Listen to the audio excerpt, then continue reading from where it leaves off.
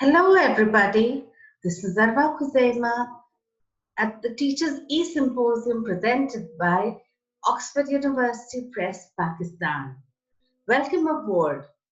Today, we're going to be talking about holistic development in the early childhood years. Because yes, we recognize the fact that the early years is where the foundation is laid, and we must do our best here. So, let us begin with a poem by Loris Malaguzzi. I will tell you all about him as soon as we've enjoyed the poem. The 100 Languages of Children. No way, the 100 is there. The child is made of 100. The child has 100 languages, 100 hands, and 100 thoughts, 100 ways of thinking, of playing, of speaking, 100.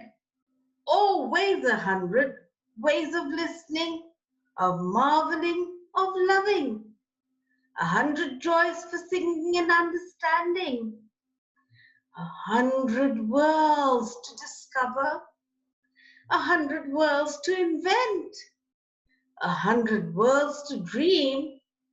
The child has 100 languages and 100 more. The child says, no way, the 100 is there. This is a beautiful poem put together by Loris Malaguzzi, who is the person behind the theory that's called Reggio Emilia, which we all are aware is an innovative and inspiring approach. And it values the child as strong, resilient, capable, and rich with wonder and knowledge. So, this is the poem, and I hope you enjoyed it. And let's move forward with our agenda. The theme of the symposium today is, or for the last few days, has been connect, collaborate, and create. When we hear the word connect, collaborate, and create, I would like to use your chat boxes and type in all the words that come to mind when you hear these words. And your time starts now. Okay, chat boxes filled. Lots and lots of words coming in. Great, excellent. Wow, that's quite a collection of words. And let us look at them here. Yes, combine, link, build, affix, associate, consort, cooperate, bridge, unite, construct, attach, generate, join. Amazing. These are a lovely collection of words. Thank you very much for these words. When we see these words, the picture that comes to my mind is, does this sound familiar? Have you seen these kind of wheels somewhere? We see them in something that we wear every day. Our watch. Yes, our watch has this kind of a machine. And you know what is special about this machine? Let us think of one single word that would talk about the importance of these wheels put together. Can you type in your chat boxes the word? Aha, amazing. Yes, it is. The word is engage. Until all the wheels are engaged, the clock or the watch will not work. And that is exactly how the child grows. And that is exactly what Loris Malaguzzi's theory, Reggio Emilia, talks about. Okay, let us move on.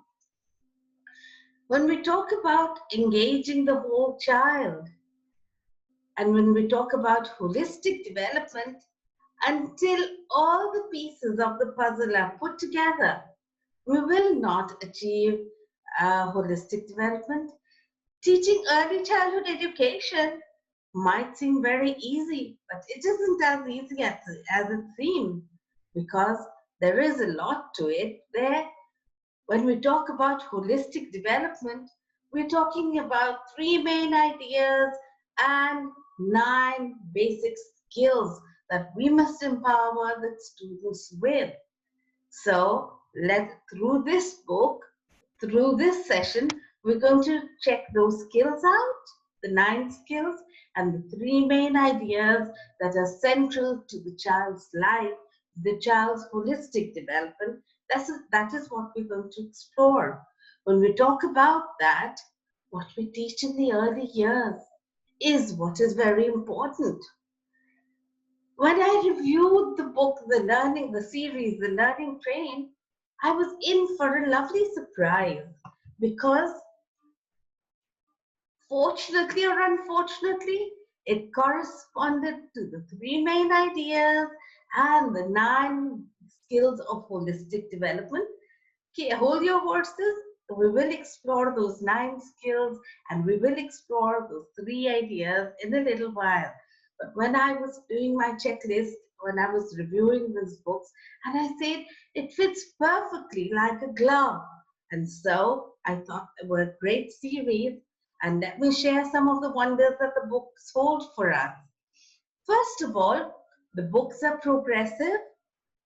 Aside from being progressive, there is the same book has a book for numbers, a book for storytelling, a book for letters, and to teach students about the world around us.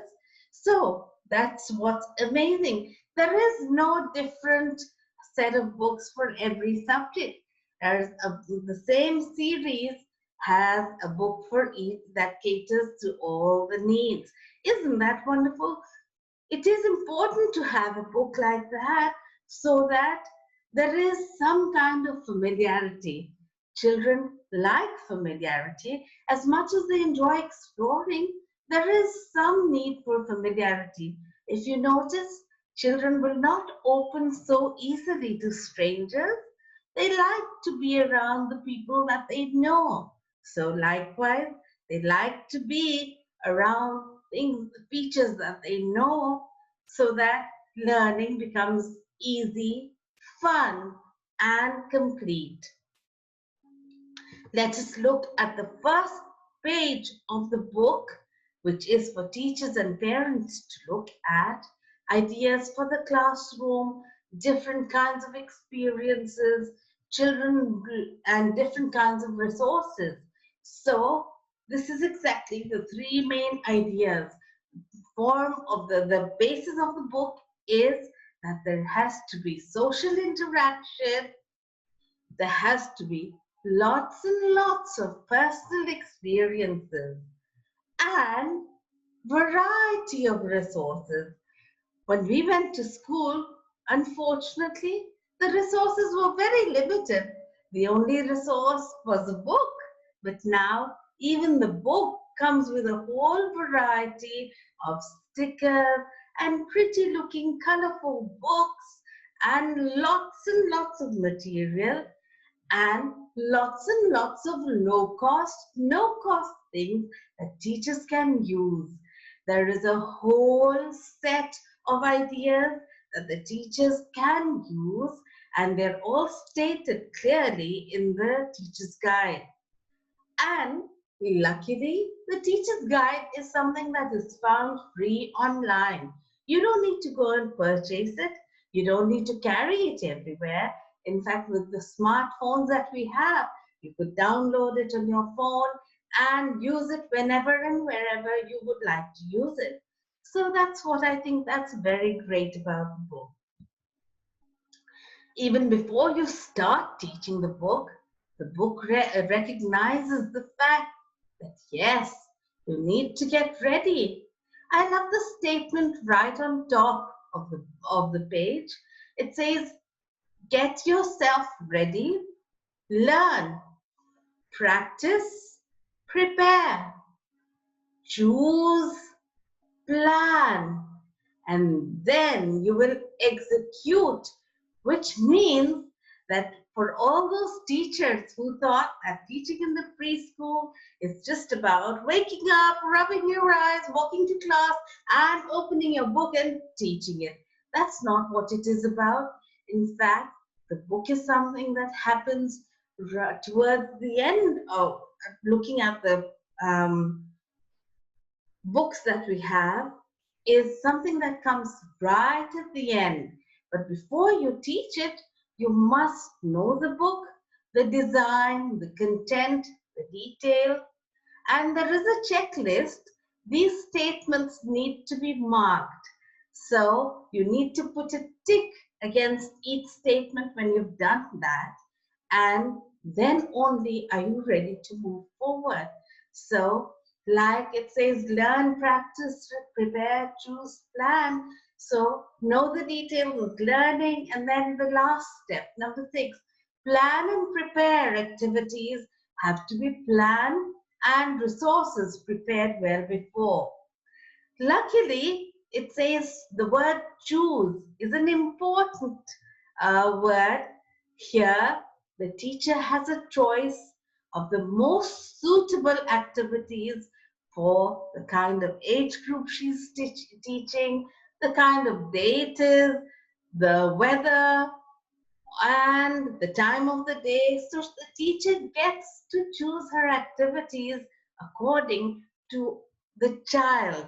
So this is where we talk about the child being the curriculum, and everything that is done in the book or from the book, or every learning and teaching that is happening, is centered around the child.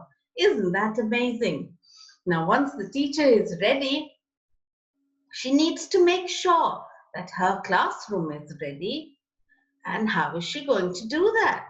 There is a list, the same kind of checklist and a similar kind of checklist. But now this talks about getting your class ready. It's talking about health and safety arrangements and creating classroom resources, a duty chart, introducing a kindness chart, good habits there.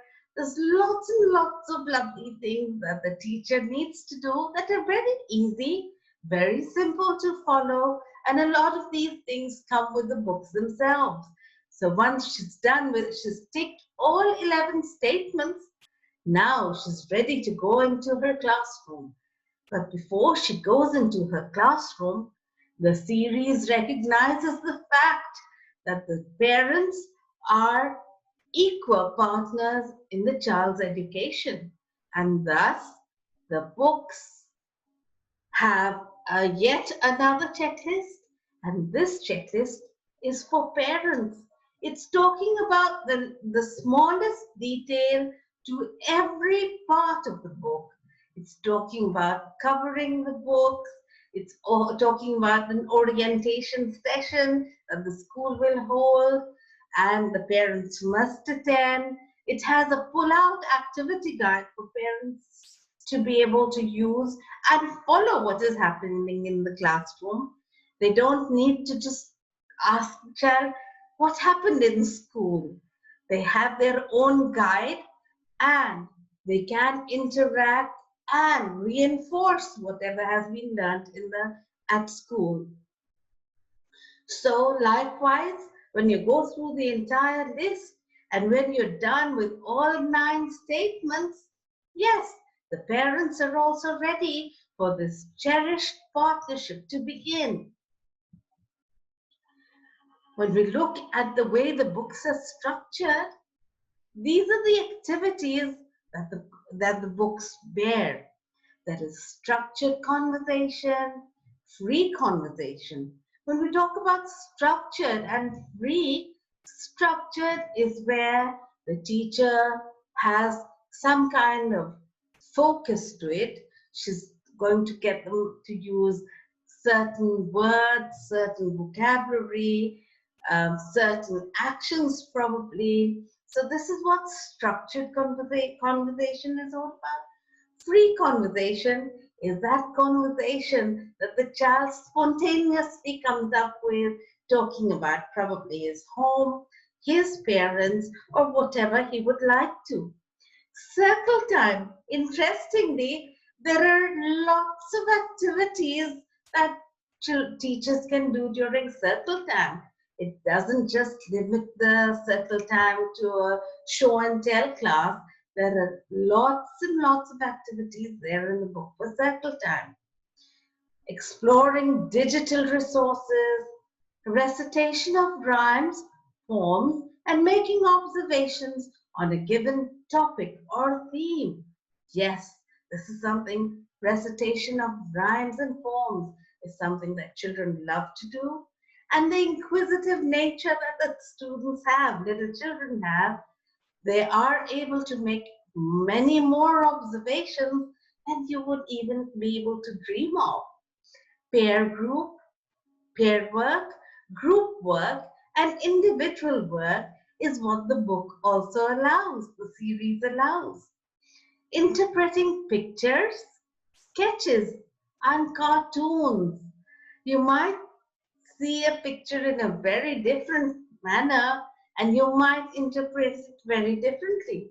Children have their own interpretations, and believe me, they're worth listening to, they're worth paying heed to.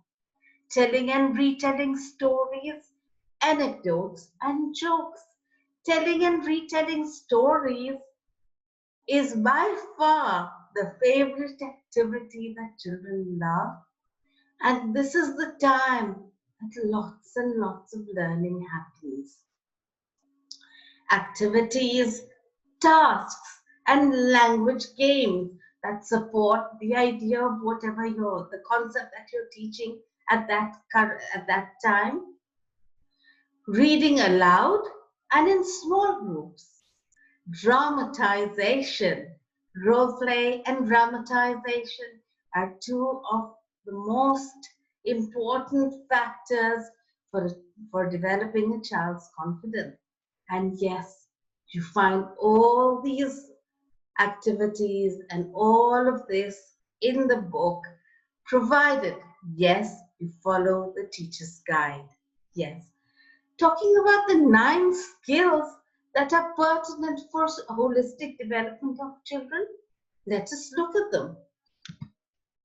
The social emotional development that happens when students have structured conversation, free conversation, circle time, parent group work, telling and retelling stories, anecdotes and jokes.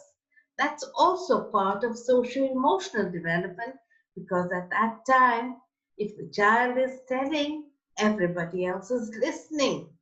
Dramatization. Yes. Let's look at gross motor skills. Gross motor skills is those skills that the bigger muscles get to move. So circle time allows movement for the big muscles.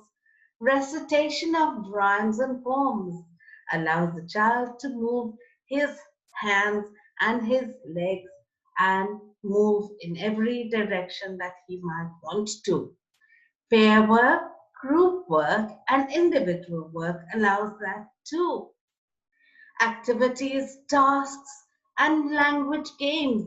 When we talk about language games and we talk about activities, that doesn't necessarily mean being glued to the seat from 9 to 12.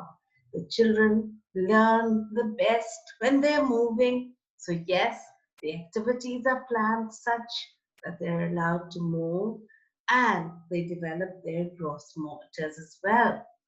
Dramatization. The drama is all about movement, and so yes, it helps develop gross motor skills. Let's now look at the next one. Orientation. Orientation is extremely important for children in life, early in life.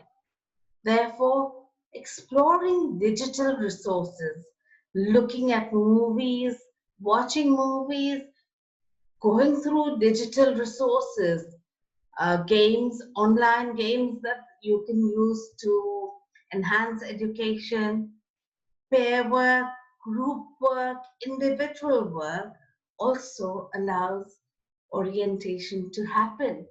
Reading aloud and in small groups also teaches orientation. It gives page orientation, text orientation, and thus the skill of orientation is embedded within the child. Let's look at the next one. Auditory memory. Auditory memory is very important as well. That happens through structured conversation, because structured conversation is made so that the child begins to remember things that have been taught. Free conversation, because there is no leash to it.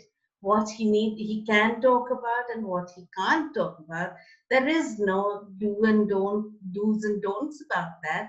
So all those free conversations become an important part of the children's memory. Circle time helps with enhancing auditory memory as well. And you will see all these wonders when you explore the books, really. Recitation of rhymes and poems. Children learn rhymes and poems at the snap of fingers, and that enhances their auditory memory. Telling and retelling stories and anecdotes. You can only retell a story when your auditory memory, the memory that you hear with, is strong. So that's in place also. Reading aloud and in small groups also helps enhance auditory memory, because when children read in small groups, they're able to remember how words look like, how words sound. They're able to pronounce words well, and they're able to establish connections between words and use them correctly. Visual memory. The visual memory is enhanced when they explore digital resources. Recitation of poems, making observations is all about visual memory. Pair work, group work, and individual work is also all about visual memory. There was a very interesting activity that I saw when I was looking through the teacher's guide. It was about mirroring action. So you can only mirror someone else's action when you do it in pairs, when your visual memory has been targeted. So that interpreting pictures, sketches, and cartoons is also again about visual memory. Activities, tasks, and language games is also about sharpening the visual memory. Reading aloud, like I said earlier, is talking about refining visual memory, because students remember the words, how words look, the picture of some words, the picture that accompanies the text that they're reading, and that becomes an important part of their visual memory. Let's look at the next one. Cognitive development. What do we mean by cognitive development? Cognitive development is about developing the brain and developing thinking skills. Basically, if you actually really look at it, all these activities help enhance cognitive development. Yet, I've highlighted the few that you can see on the slide. We move on to the next one. Fine motor skills. Fine motor skills is about refining the smaller muscles that the child has, and that happens when the students explore digital resources, when they work in pairs, in groups, and mostly during individual work. The activities and the tasks And the language games are all about activities that students need to do using their hands, their fingers, and they do a great job at refining their finer motor skills. The next one is auditory discrimination. Auditory memory is about being able to hear everything. Auditory discrimination is about being able to tell things apart. And that happens through the book also. And the last one, the ninth skill, is visual discrimination. They're able to tell things apart. It is very important when we talk about tell things apart, reading aloud in small groups. That's one perfect example that the child recognizes every word has a different shape. Every letter has a different shape for that matter. And thus they remember. And that is how they can tell the letters apart. Otherwise, the letters are all pictures to the children. So those were the nine skills that are important to holistic development, and they're covered so well through all these activities that the books offer, the series offer. Not only that, when I thought about it further, I realized that all the activities in the books correspond to all the multiple intelligences that Dr. Howard Gardner has spoken about, which we call multiple intelligences. What I find very exciting about the books are that every concept that has to be taught arises from a story. Now, let me tell you why I think this is important. There is something that is called TPRS, and that is total physical response through storytelling. This was a concept that came about when Ray Blaine, a Spanish teacher, was teaching Spanish to foreign learners. And he realized that the students were able to pick up the language even faster through storytelling, because the objective of TPRS is all about, look, I can talk. Look, I can talk more. Look, I can talk and talk. So, which means that the child is receiving enough language, enough information to be able to produce.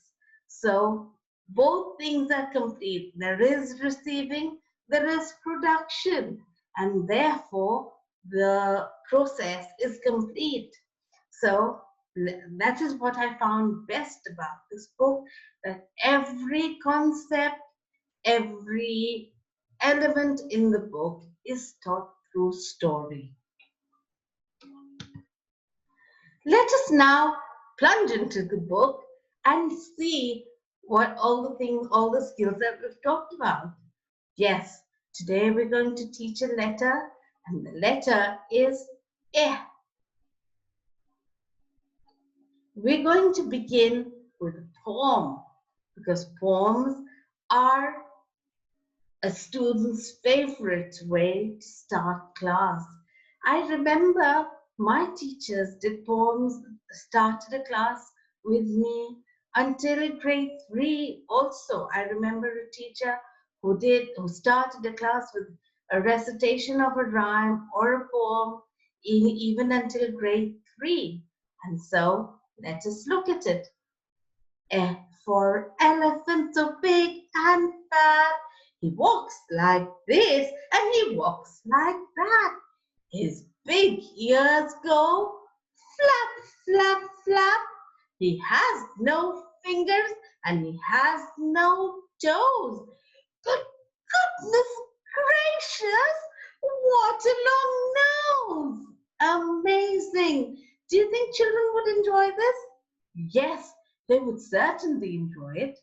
And here I will share the wonders of this with you in a little while after we're finished with the introduction of air here.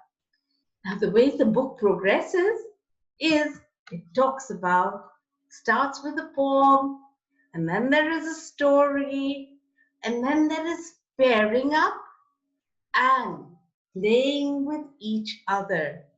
Yes, play is something that is important for the child to learn, and the books provide meaningful play for children to learn the concept that you're teaching. And then there is the elephant race, which is lots and lots of fun.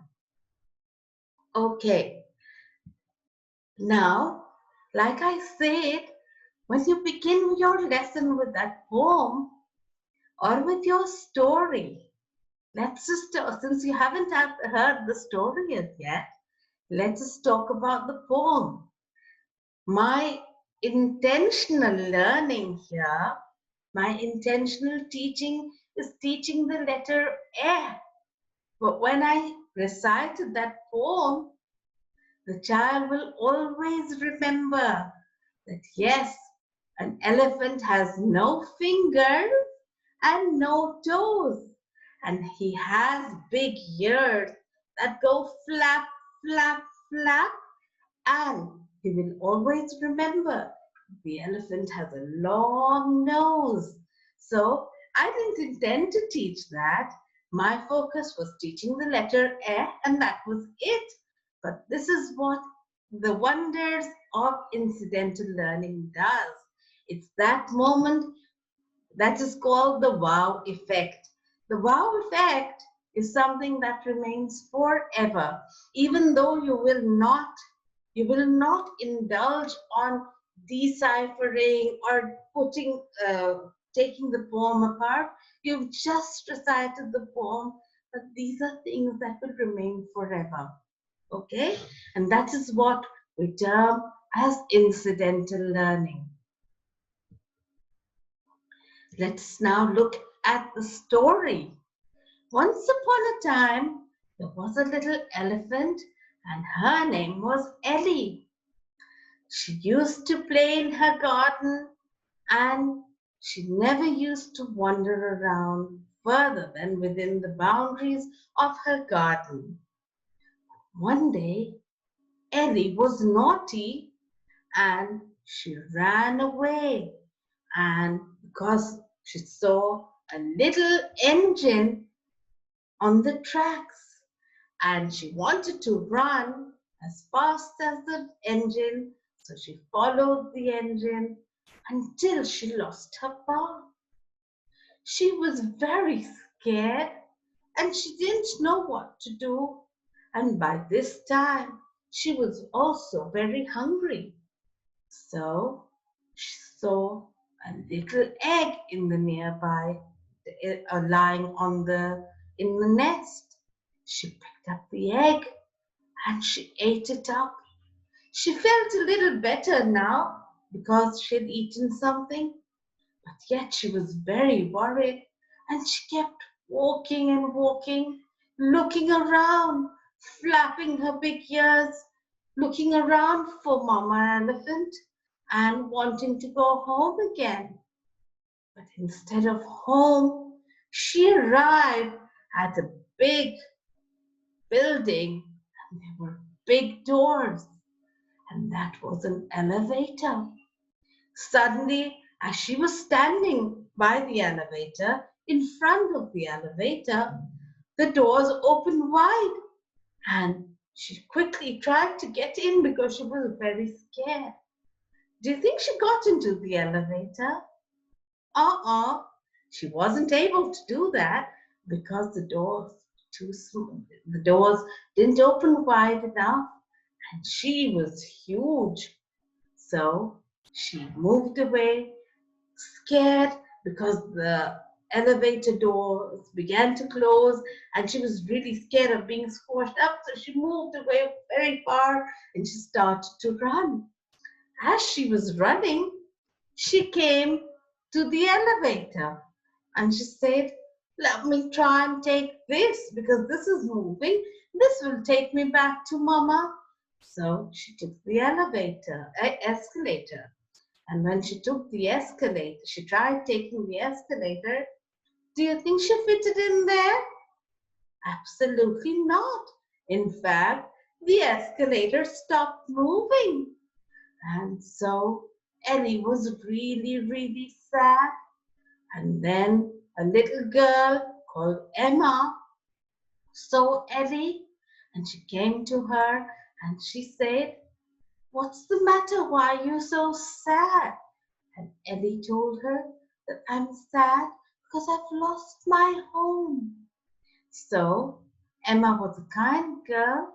She asked her parents to help her take Ellie back to her own home. So Emma and Emma's parents all got together, put Ellie in a big truck and took her back to the jungle where she belonged. And when she reached the jungle, she recognized her mama elephant and she ran to her and she was back home. Isn't that a beautiful way to teach so many vocabulary words? Yes. And also, what would you consider the incidental learning here? That the elephant was huge. Also, we're talking about teaching good and bad. We're talking about teaching manners. We're talking about taking care of animals, having animals in their own habitats. So there is so much that is being taught here, right? Okay. And so we move on. And then obviously could go to the playground and have the elephant race and have lots of fun. And you'd be sure that the child is going to remember F for the rest of its life.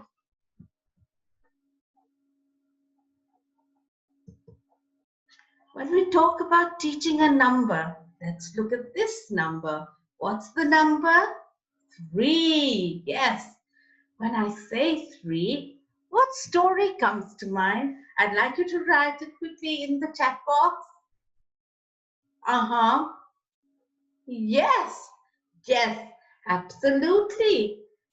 Goldilocks and the 3 bears.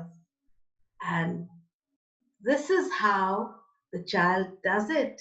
He doesn't only learn about 3, the quantity 3, writing 3, he also learns to sequence events because the pictures need to be put into sequence. And then there is counting and circling the pictures that have 3 objects. So wouldn't that be lots of fun? Imagine if before you taught the students the number 3, if you started with the story of Goldilocks and the 3 bears and the 3 chairs and the 3 bowls of porridge and the 3 beds. Ah, wouldn't that be lots and lots of fun? Let's move on to teaching general knowledge. The general knowledge books I thought, they were amazing because they were the need of the hour. Let's look at this one and we will see what lesson it teaches. Grandma's cloth bags. Grandma made some bright bags with colorful patches and many rags. She said, look what I have for you. But the children said, no, Grandma, thank you. We have plastic bags, smart and new. They threw the plastic bags all around, on hills, in rivers, and on the ground. Animals sometimes ate the bags too. They fell ill and they turned blue. Oh dear! And now no one knew what to do. Then they called Grandma back and asked her for her clothes bags. Now These are the bags they carry along. For so much plastic in the world is really wrong. What are the lessons that we learn here? Yes? Ready in your chat boxes? What's the incidental learning that happens here? There's lots and lots of language, yes? Uh-huh. Mm-hmm. She made them out of colorful patches. Yes. And what else? Yes, the plastic that we throw all around or that goes flying around, that animals eat. Yes, amazing. And using cloth bags, which helps eliminate all the pollution that we create. In today's times, this is a treasured lesson, and students who learn this today in their classroom are never going to misuse plastic. The reason we use plastic the way we do as adults is because nobody in our childhood taught us about these. And so we are what we are, but it's never too late to change. Let's look at another lesson that I really liked, and that was keeping my city clean. Now, that's a very important lesson. But even before you do that, what you could do is you could talk about the picture, talk about all the things that there are. First, children like to talk about people. So you talk about the children in the park. What are the children doing? There are children who have pets with them. So you're already teaching about pets. There's a child who's breaking off a twig. Oh dear. Yes, there's a girl who's watering a plant. There's a child who's emptying the trash into the trash can. And there are so many other things that are happening. So you talk about all the people, you can talk about the buildings, you can talk about the clock tower, you talk about the traffic lights, and you talk about not littering, you talk about what would you do if there was litter all around and someone was not going to pick it up. So you're teaching children that yes, they could easily pick it up and put it in the garbage. So isn't that a worthy lesson? It's a 15-minute thing. It would take about 15 to 20 minutes to do this page, but the lesson that this page would teach would be a lesson of a lifetime. You could talk about the bus as well. You could talk about how you need to keep your hands to yourself in the bus and make sure nothing sticks out of the bus or the car window for that matter. So there is so much that is happening and so much learning that the children can go back with. So these are the wonders that the learning train holds for you.